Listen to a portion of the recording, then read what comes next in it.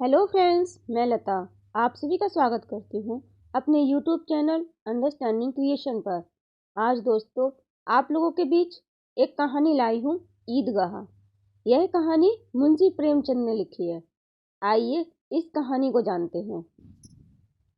रमजान के पूरे 30 रोजों के बाद ईद आई है। कितना मनोहर, कितना सुहावना प्रभाव है। वृक्षों पर अजीब ही हरियाली है, खेतों में कुछ अजीब रौनक है, आसमान पर कुछ अजीब लालिमा है। आज का सूर्य देखो कितना प्यारा, कितना शीतल है, यानी संसार को ईद की बधाई दे रहा हो। गांव में कितनी हलचल है। ईदगाह जाने की तैयारी हो रही है। किसी के कुर्ते में बटन नहीं, पड़ोस के घर में सुई धागा लेने दौड़ा जा रहा है। किसी के जूते कड़े हो गए, उनमें तेल डालने के लिए तेली के घर भागा जाता है। जल्दी जल्दी बैलों को सानी पानी दे दो। ईदगाह से लौटते लौटते दोपहर हो जाएगी। 3 कोस का पैदल रास्ता, फिर सैकड़ों आदमियों से मिलना भेंटना। दोपहर के पहले लौटना असंभव भी होता है। लड़के सबसे ज्यादा प्रसन्न हैं। किसी ने एक रोजा रखा है, वह भी दोपहर तक, किसी ने वह भी नहीं। लेकिन ईदगाह जाने की खुशी उनके हिस्से की चीज है। रोजे बड़े बूढ़ों के लिए होंगे, उनके लिए तो ईद है। रोज ईद का नाम रटते थे, आज वह आ भी गई। अब जल्दी पड़ी है कि लोग ईदगाह क्यों नहीं चलते। इन्हीं गृहस्थी चिंताओं से क्या प्रयोजन। सेवैयों के लिए दूध और शक्कर घर में हो या ना हो, इनकी भला। ये तो सेवैयां खाएंगे। यह क्या जाने कि अब्बा जान क्यों बदहस चौधरी कायम अली के घर दौड़े जा रहे हैं। उन्हें क्या खबर कि चौधरी आंखें बदल लें तो यह सारी ईद मुहर्रम हो जाए। उनकी अपनी जेबों में तो कुबेर का धन भरा हुआ है। बार बार जेब से अपना खजाना निकाल कर गिनते हैं और खुश होकर फिर रख लेते हैं। महमूद गिनता है, 1 2 10 12। उसके पास 12 पैसे हैं। मोहन सिंह के पास 1 2 3 8 9 15 पैसे हैं। इन्हीं अनगिनत पैसों में अनगिनती चीजें लाएंगे, खिलौने, मिठाइयाँ, बिगुल, गेंद और जाने क्या क्या। और सबसे ज्यादा प्रसन्न है हामिद। वह 4-5 साल का गरीब सूरत दुबला पतला लड़का, जिसका बाप गत वर्ष हैजों की भेंट हो गया था और माँ न जाने क्यों पीली होती होती एक दिन मर ही गई। किसी को पता क्या बीमारी है, कहती तो कौन सुनने वाला था। दिल पर जो कुछ बीतती थी वह दिल में ही सहती थी, और जब न सह गया तो संसार से विदा हो गई। अब हामिद अपनी बूढ़ी दादी अमीना की गोद में सोता है और उतना ही प्रसन्न होता है। उसके अब्बा जान रुपए कमाने गए हैं, बहुत सी थैलियां लेकर आएंगे। अम्मी जान अल्लाह मियाँ के घर से उसके लिए बड़ी बड़ी अच्छी अच्छी चीजें लाने गई है, इसलिए हामिद प्रसन्न है। आशा तो बहुत बड़ी चीज है, और फिर बच्चों की आशा, उनकी कल्पना तो राई का पर्वत बना लेती है। हामिद के पाँव में जूते नहीं है, सिर पर एक पुरानी पुरानी टोपी है जिसका गोटा भी काला पड़ गया है। फिर भी वह प्रसन्न है। जब उसके अब्बा जान थैलियां और अम्मी जान नियमतें लेकर आएगी तो वह दिल से अरमान निकाल लेगा। तब देखेगा मोहसिन, नूरे और सम्मी कहाँ से उतने पैसे निकालेंगे। अब हागिन अमीना अपनी कोठरी में बैठी रो रही है। आज का ईद का दिन, उसके घर में दाना नहीं। आज आबिद होता तो क्या इसी तरह ईद आती और चली जाती। इस अंधकार और निराशा में वह डूबी जा रही है। किसने बुलाया था इस निगोड़ीनी ईद को। इस घर में उसका काम नहीं, लेकिन हामिद, उसे किसी के मरने जीने और से क्या मतलब। उसके अंदर प्रकाश है, बाहर आशा। विपत्ति अपना सारा दलबल लेकर आए, हामिद की आनंद भरी चितवन उसका विध्वंस कर देगी। हामिद भीतर जाकर दादी से कहता है, तुम डरना नहीं अम्मा, मैं सबसे पहले आऊंगा, बिल्कुल नहीं डरना। अमीना का दिल कचोट रहा है। गांव के बच्चे अपने अपने पापा के साथ जा रहे हैं। हामिद का बाप अमीना के सिवा और कौन है। उसे कैसे अकेले मेले जाने दे। उस भीड़ भाड़ में बच्चा कहीं खो न जाए तो क्या होगा। नहीं, अमीना उसे यूं न जाने देगी। नन्ही सी जान, 3 कोस चलेगा, कैसे चलेगा। पैर में तो छाले ही पड़ जाएंगे, जूते भी तो नहीं है। वह थोड़ी थोड़ी दूर उसे गोद में ले लेती, लेकिन वहां सेवैयां कौन पकाएगा। पैसे होते तो लौटते लौटते सब सामग्री जमा करके चटपट बना भी लेती। यहाँ तो घंटों चीज़ें जमा करने लगेंगे। मांगे का तो भरोसा ठहरा। उस दिन फहमीन से कपड़े सिले थे, 8 आने पैसे ही मिले थे। उस अठन्नी को ईमान की तरह बचाती चली आती थी इसी ईद के लिए, लेकिन कल ग्वालन सिर पर सवार हो गई तो क्या करती। हामिद के लिए कुछ नहीं है तो 2 पैसे का दूध तो चाहिए ही। अब तो कुल 2 आने पैसे बच रहे हैं। 3 पैसे हामिद की जेब में, 5 अमीना के बटुए में। यहाँ तो बिसात है और ईद का त्योहार, अल्लाह ही बेड़ा पार लगाएगा। धोबन और नाइन और मेहतरानी और चूड़ा हरारन सभी तो आएंगी। सभी को सिवैयाँ चाहिए और थोड़ा किसी को आंखें तो लगता ही नहीं। किस किस से मुंह चुराएगी। और मुंह क्यों चुराए, साल भर का त्योहार है। जिंदगी खैरियत से रहे, उनकी तकदीर में भी उसी के साथ है। बच्चे का खुदा सलामत रखे। ये दिन भी कट जाएंगे। गांव से मेला चला और बच्चों के साथ हामिद भी जा रहा था। कभी सब दौड़कर आगे निकल जाते, फिर किसी पेड़ के नीचे खड़े होकर साथ वालों का इंतजार करते। यह लोग क्यों इतना धीरे धीरे चल रहे हैं। हामिद के पैरों में तो जैसे पर ही लग गए हों। वह कभी थक ही नहीं सक रहा था।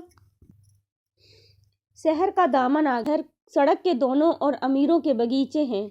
पक्की 4 दीवारी बनी हुई है। पेड़ों में आम और लीचियां लगी हुई हैं। कभी कभी कोई लड़का कंकड़ी उठाकर आम पर निशाना लगाता है।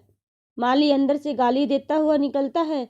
लड़के वहां से एक फलांग पर हैं, खूब हंस रहे हैं। माली को कैसा उल्लू बनाया है। बड़ी बड़ी इमारतें आने लगीं। यह अदालत है, यह कॉलेज है, यह क्लब घर है। इतने बड़े कॉलेज में कितने लड़के पढ़ते होंगे। सब लड़के नहीं हैं जी, बड़े बड़े आदमी हैं। सच, उनकी बड़ी बड़ी मूछें हैं। इतने बड़े हो गए, अभी तक पढ़ते ही जाते हैं। न जाने कब तक पढ़ेंगे और क्या करेंगे इतना पढ़कर। हामिद के मदरसे में 2-3 बड़े बड़े लड़के हैं, बिल्कुल 3 कौड़ी के। रोज मार खाते हैं, काम से जी चुराने वाले। इस जगह पर उसी तरह के लोग होंगे और क्या। क्लब घर में जादू होता है सुना है, या मुर्दों की खोपड़ियां दौड़ती हैं और बड़े बड़े तमाशे होते हैं, पर किसी को अंदर ही नहीं जाने देते। और वहां शाम को साहब लोग खेलते हैं, बड़े बड़े आदमी खेलते हैं, मूंछों दाढ़ी वाले, और मेमे भी खेलती हैं। सच, हमारी अम्मा को यहाँ दे दो, क्या नाम है, बैट, तो उसे पकड़ ही न सके, घुमाते ही लुढ़क जाए। महमूद ने कहा, हमारी अम्मी जान का तो हाथ कांपने लगे, अल्लाह कसम। मोहसिन बोले, चलो मनु आटा पीस डालती है, जरा सा बैट पकड़ लेगी तो हाथ कांपने लगेंगे। सैकड़ों घड़े पानी रोज निकालती है, 5 घड़े तो तेरी भैंस पी जाती है। किसी मैम को 1 घड़ा पानी भरना पड़े तो आंखों तक अंधेरी आ जाए। महमूद, लेकिन दौड़ती तो नहीं, उछल कूद तो नहीं कर सकती।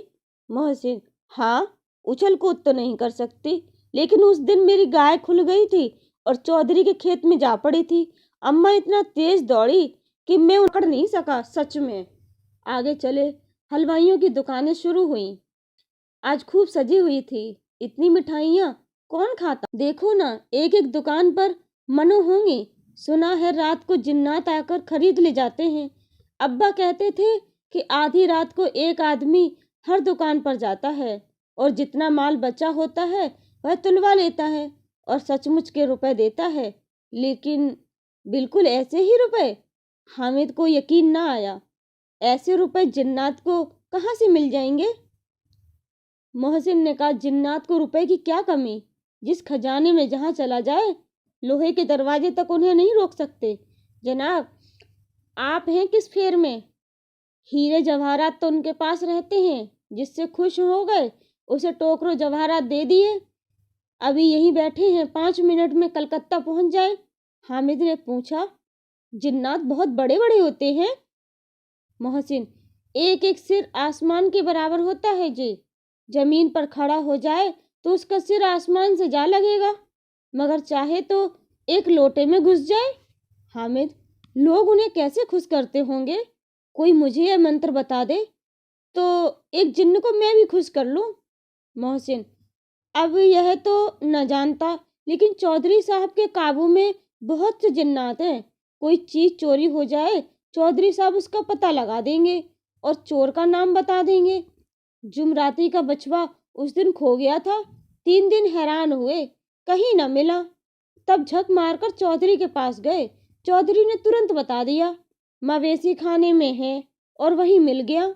जिन्नात आकर उन्हें सारे जहान की खबर दे जाते हैं। अब उसकी समझ में आ गया कि चौधरी के पास क्यों इतना धन है और क्यों उनका इतना सम्मान होता है। आगे चले, यह पुलिस लाइन है। यही सब कांस्टेबल कवायद करते हैं। रैटन फाइफो रात को बेचारे घूम घूम कर पहरा देते हैं, नहीं चोरियां हो जाएं। मोहसिन ने प्रतिवाद किया, यह कांस्टेबल पहरा देते हैं तभी तुम बहुत जानते हो। अजी हजरत, यह चोरी करते हैं। शहर के जितने चोर डाकू हैं सब इनसे मोहल्ले में जाकर जागते रहो पुकारते हैं, तभी इन लोगों के पास इतने रुपए आते हैं। मेरे मामू एक थाने में कांस्टेबल हैं, 12 रुपया महीना पाते हैं, लेकिन 50 रुपए घर भेजते हैं। अल्लाह कसम, मैंने एक बार पूछा था कि मामू आप इतने रुपए कहाँ से पाते हो? हंसकर कहने लगे, बेटा अल्लाह देता है। ही बोले, हम लोग चाहे तो एक दिन में लाखों मार लाएं, हम तो इतना ही लेते हैं जिसमें अपनी बदनामी न हो और नौकरी भी न चली जाए। हामिद ने पूछा, यह लोग चोरी करवाते हैं तो इन्हें कोई पकड़ता नहीं?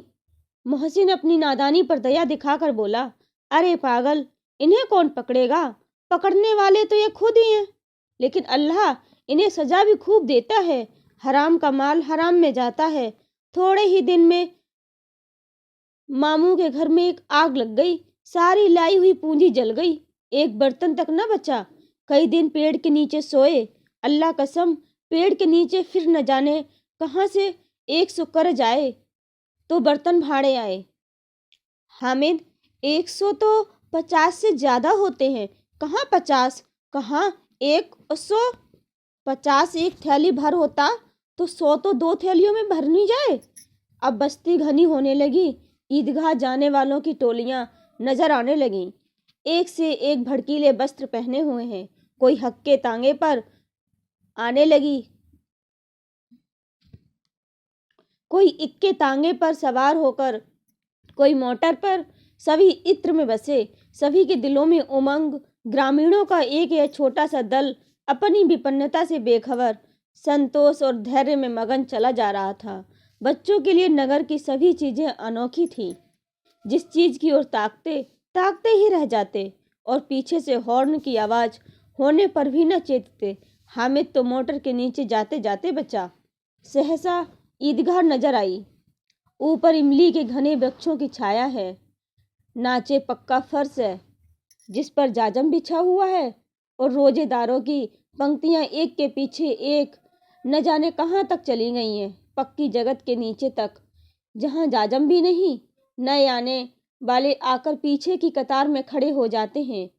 आगे जगह नहीं है। यहाँ कोई धन और पद नहीं देखता। इस्लाम की निगाह में सब बराबर हैं। इन ग्रामीणों ने भी वजू किया और पिछली पंक्ति में खड़े हो गए। कितना सुंदर संचालन है, कितनी सुंदर व्यवस्था। लाखों सिर एक साथ सजदे में झुक जाते हैं, फिर सब के सब एक साथ खड़े हो जाते हैं। एक साथ झुकते और एक साथ खड़े हो जाते, यह एक साथ खड़े हो जाते, एक साथ झुकते और एक साथ खड़े हो जाते। कई बार यह क्रिया होती है जैसे बिजली की लाखों बत्तियां एक साथ प्रदीप्त होती हैं और बुझ जाती हैं। यही क्रम चलता रहता है। कितना अपूर्व दृश्य था, कितनी सामूहिक क्रियाएं, विस्तार और अनंतता हृदय को श्रद्धा, गर्व और आत्मनंद से भरा देती है। मानो भ्रातृत्व का एक सूत्र इन समस्त आत्माओं को एक लड़ी में पिरोए हुए है। नमाज खत्म हो गई, लोग आपस में गले मिल रहे हैं। तब मिठाइयाँ और खिलौने की दुकान पर धावा होता है। ग्रामीणों का यह दल इस विषय में बालकों में कम उत्साही नहीं है। यह देखो, हिंडोला है, 1 पैसा देकर चढ़ जाओ। कभी आसमान पर जाते हुए मालूम होंगे, कभी जमीन पर गिरते हुए। यह चरखी है, लकड़ी के हाथी, घोड़े, ऊंट छड़ों में लटके हुए हैं। एक पैसा देकर बैठ जाओ और 25 चक्रों का मजा लो। महमूद और मोहसिन और नूरे और सम्मी इन घोड़ों और ऊंटों पर बैठते हैं। हामिद दूर खड़ा है, 3 ही पैसे तो हैं उसके पास। अपने कोस को 1/3 जरा सा चक्कर खाने के लिए नहीं दे सकता।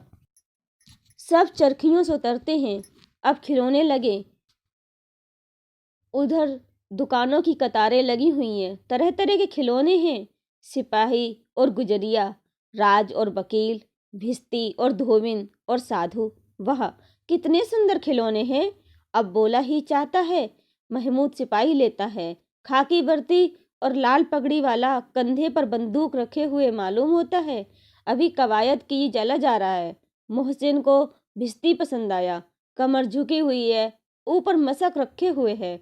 मशक का मुंह एक हाथ से पकड़े हुए है, कितना प्रसन्न है, शायद कोई गीत गा रहा है। बस मशक से पानी उड़ेला ही चाहता है।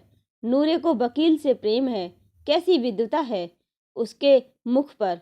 काला चोगा, नीचे सफेद अचकन, अचकन के सामने की जेब में घड़ी, सुनहरी जंजीर, एक हाथ में कानून का पोथा लिए हुए मालूम होती है। अभी अदालत से जिरह या बहस किए चले जा रहे हैं। यह सब 2-2 पैसे के खिलौने हैं। हामिद के पास कुल 3 पैसे हैं। इतने महंगे खिलौने वह कैसे ले? खिलौना कहीं हाथ से छूट पड़े तो चूर चूर हो जाए, जरा पानी पड़े तो सारा रंग धुल जाए। ऐसे खिलौने लेकर वह क्या करेगा, किस काम के हैं? मोहसिन करता है, मेरा भस्ती रोज पानी दे जाएगा सांझ सवेरे। महमूद और मेरा सिपाही घर का पहरा देगा। कोई चोर आएगा तो फौरन बंदूक से फौर कर देगा। नूरे और मेरा वकील खूब मुकदमा लड़ेगा। सम्मी और मेरी धोबिन रोज कपड़े धोएगी।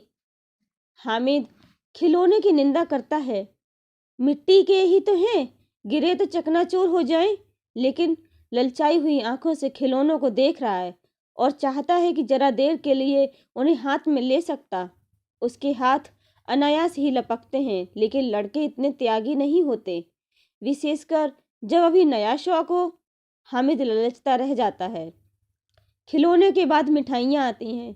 किसी ने रेवड़ियाँ ले ली, किसी ने गुलाब जामुन, किसी ने सोहन हलवा। मज़े से खा रहे हैं। हामिद बिरादरी से पृथक है। अभागे के पास 3 ही पैसे हैं, क्यों नहीं कुछ लेकर खाता? ललचाई आंखों से सबक और देखता ही रह जाता है। मोहसिन कहता है, हामिद रेवड़ी ले जा, कितनी खुशबूदार हैं। हामिद को संदेह हुआ, ये केवल क्रूर विनोद है, मोहसिन इतना उदार नहीं। लेकिन यह जानकर भी उसके पास जाता है। मोहसिन दोने से एक रेवड़ी निकालकर हामिद की ओर बढ़ाता है और हामिद हाथ फैला लेता है। मोहसिन रेवड़ी अपने मुंह में रख लेता है। महमूद, नूरे और सम्मी खूब तालियां बजा बजा कर हंसते हैं। हामिद खिसिया जाता है। मोहसिन, अच्छा अब की जरूर देंगे हामिद, अल्लाह कसम ले जा। हामिद, रखे रहो, क्या मेरे पास पैसे नहीं है? सम्मी, 3 ही पैसे तो हैं, 3 पैसे में क्या क्या लोगे? महमूद, हमसे गुलाब जामुन ले जाओ।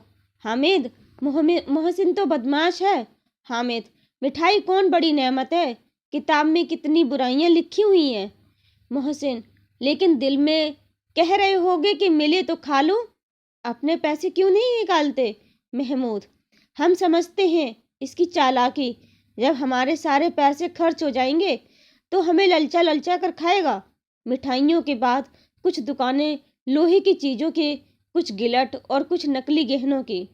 लड़कों के लिए यहाँ कोई आकर्षण नहीं था, वे सब आगे बढ़ जाते हैं।